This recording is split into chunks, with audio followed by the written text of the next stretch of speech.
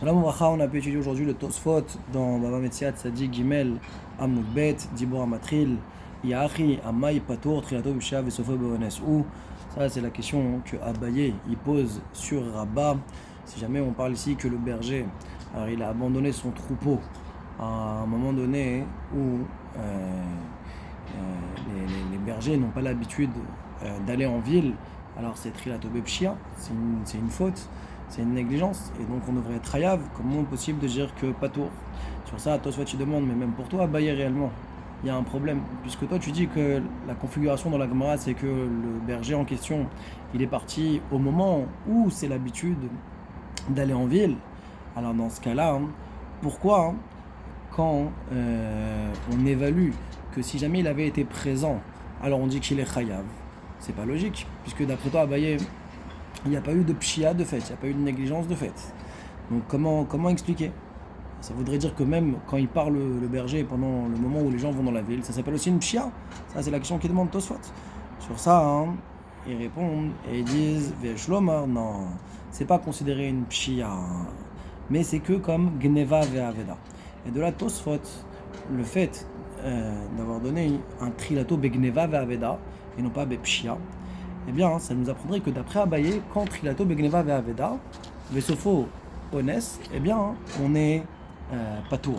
Et c'est ça le chidouche qui fait ressortir Tosfot.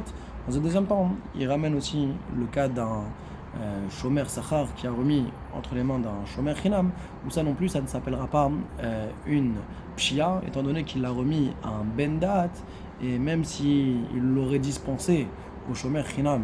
Alors on sait que le Shomer Chinam il est dispensé déjà de Gneva Ve'aveda, donc on pourrait croire qu'il aurait une négligence vis-à-vis de Gneva Ve'aveda, mais même s'il l'aurait dispensé de la Pshia, même dans ce cas-là, étant donné que c'est un Bendat, on ne considère pas que ça s'appelle une Pshia pour le Shomer Sachar, et donc il sera patour des Onassim qui seront survenus même chez le Shomer Chinam. Donc en tout cas, le Yesod dans Tosfot, c'est que si c'est Trilato Begneva Ve'aveda, Vesofo Ones, alors en tout cas on dirait patour pour Abaye.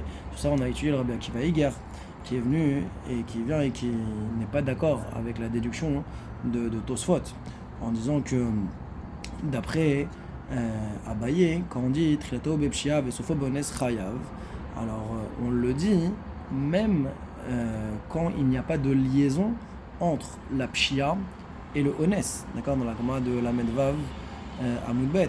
Et inversement, pour Rava, on le dit uniquement s'il y a un lien de dépendance.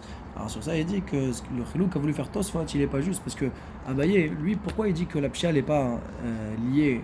Parce qu'en fin de compte, à partir du moment où il y a eu une négligence, eh bien, il y a un boud des nechassim qui sont faits immédiatement, et donc c'est pour ça qu'il est chayav de tout ce qui va se passer derrière, comme si la pshia le faisait passer dans son domaine. Et donc c'est pour ça que dans tous les cas, mais ici quand c'est Trilato Begneva Ve'aveda, alors il n'y a pas eu ce shiboud des nechassim, donc le chilou qui fait Tosfot n'est pas juste.